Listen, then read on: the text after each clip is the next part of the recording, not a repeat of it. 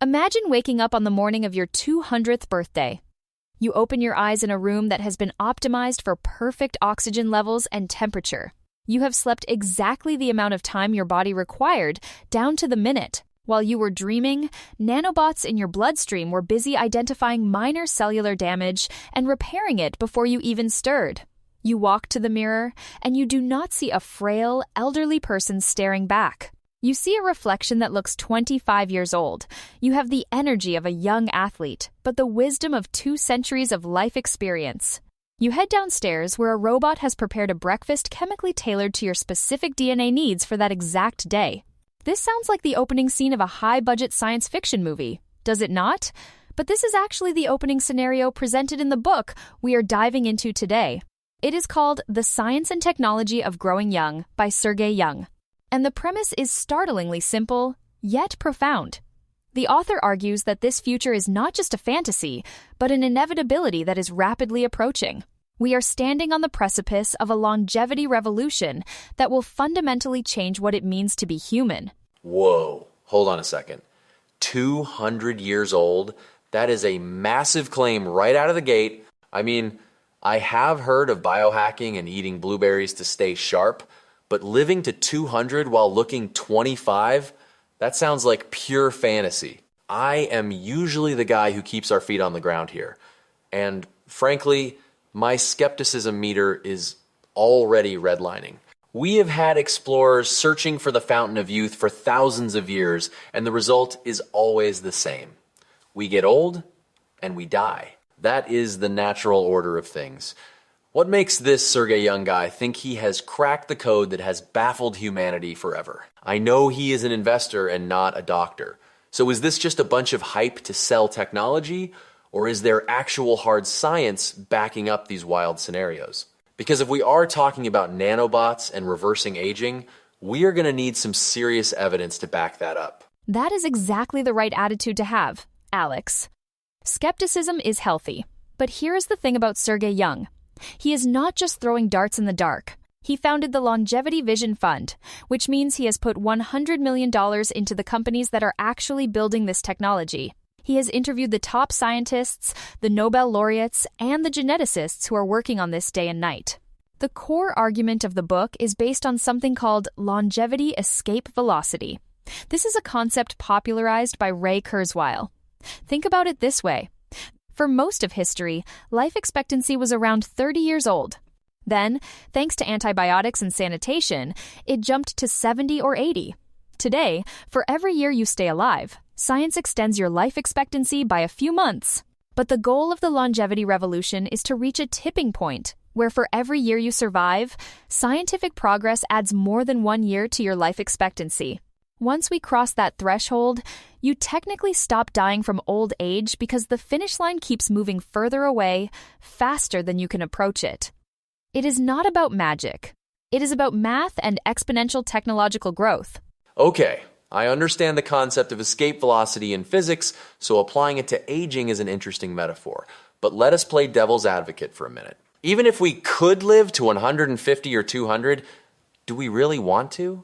When I think of extremely old age, I do not picture playing tennis and writing novels. I picture decline. I picture nursing homes, memory loss, and frailty. If the longevity revolution just means stretching out the end of life, that sounds like a nightmare, not a dream. There is a reason people say quality over quantity. If we were just adding 30 years of being bedridden and sick, I think I would pass. Does the book address the fact that living longer might just mean suffering longer? Because that is the biggest fear most people have when you talk about radical life extension. You have hit on the first major myth that the author tackles head-on. He calls it the myth that living more means living less. The goal of longevity science is absolutely not to extend the period of decline. It is actually the opposite. They call it morbidity compression. The idea is to extend the health span, not just the lifespan. Imagine staying physically 40 years old until you are 90, and then maybe having a very short period of decline at the very end. The book argues that we need to stop thinking of aging as an inevitable slide into decrepitude. Instead, we should view aging as a condition that can be treated. If you look at the research, scientists like Dr. on the Tennessee, David Sinclair believe that aging is simply a loss of information in our cells. It is like a scratch on a DVD. The movie is still there, but the laser cannot read it. If we can polish the scratch, the cell can read its original instructions again and function like a young cell.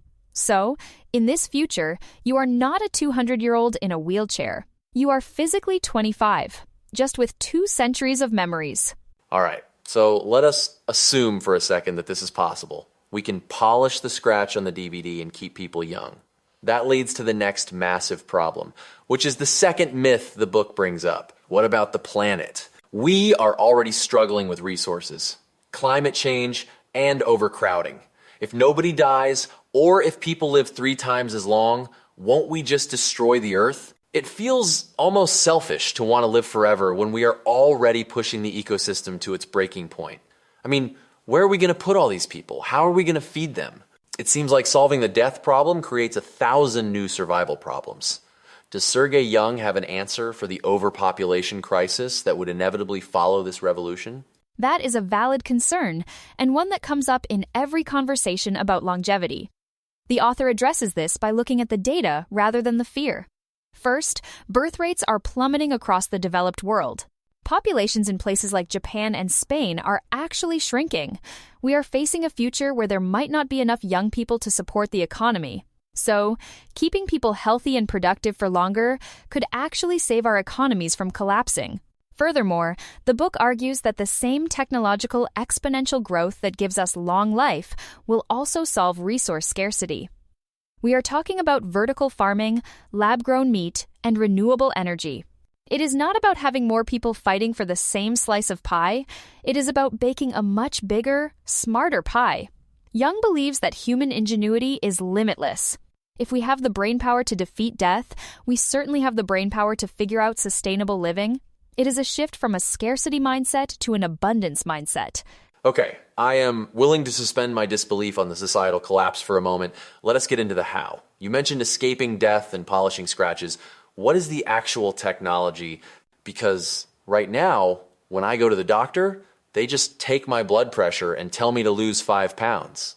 It feels very low tech. The book talks about a near horizon of longevity, which implies stuff that is happening soon. What does that look like? Are we talking about better vitamins, or are we talking about cyborgs?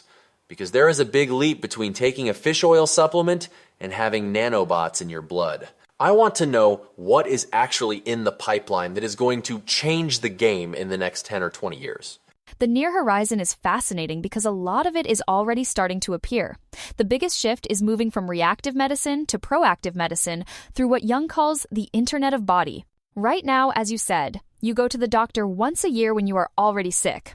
That is too late. In the near future, you will be constantly monitored by sensors. We are talking about smart toilets that analyze your microbiome every morning to detect early signs of disease. We are talking about smart contact lenses that monitor your glucose levels. There is even technology being developed like the breath biopsy, which can detect cancer just from the molecules in your breath. Imagine a world where your bathroom mirror scans your skin for new moles and your toothbrush checks your saliva for inflammation markers. You will know you are getting sick days or weeks before you even feel a symptom. It is the end of the era of the mystery illness. Smart toilets. I never thought the key to immortality would involve my toilet, but here we are.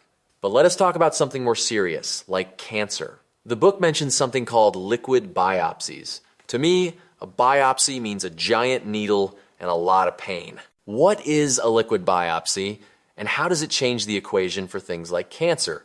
Because right now, usually by the time you find a tumor, it has already been growing for a while. If this technology is as good as they say, it sounds like it could be the holy grail of early detection. But is it real, or is it just experimental theory that is decades away from hitting my local clinic? Liquid biopsies are very real, and they are a total game changer. Instead of cutting into tissue, doctors can take a simple blood sample and look for tiny fragments of DNA that tumors shed into the bloodstream. It is called circulating tumor DNA. Companies like Freenome are using this to detect cancer at stage 0, way before a tumor would show up on a scan or cause any pain. The book describes this shift as moving from finding a needle in a haystack to using a magnet to pull the needle out instantly.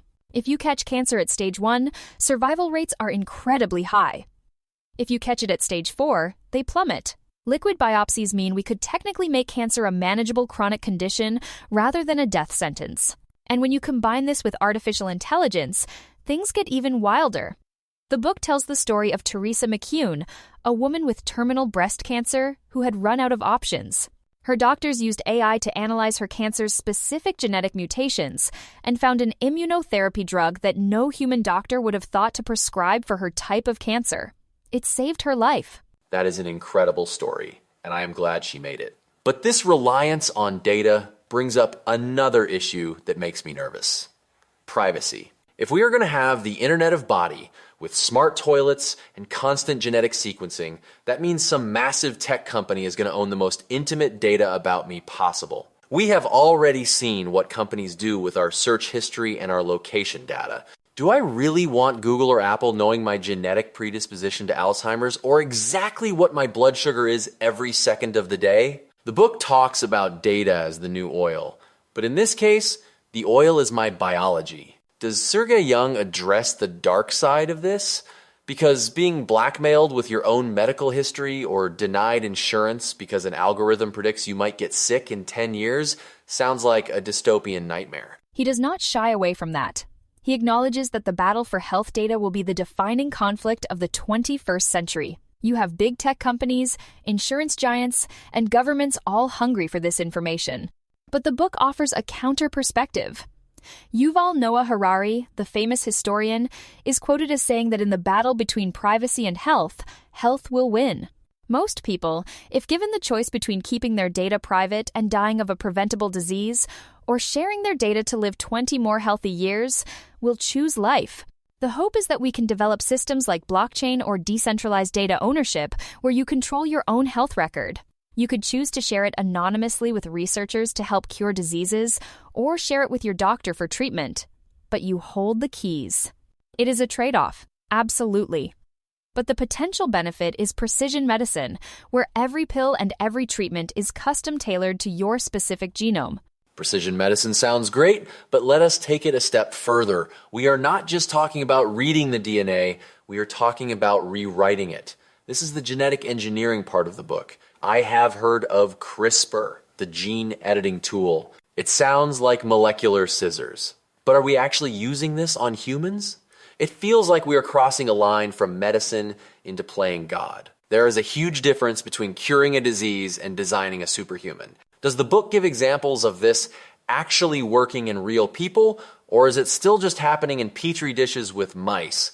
Because the ethical implications of editing the human code are staggering. It is definitely happening in humans, and the results are nothing short of miraculous.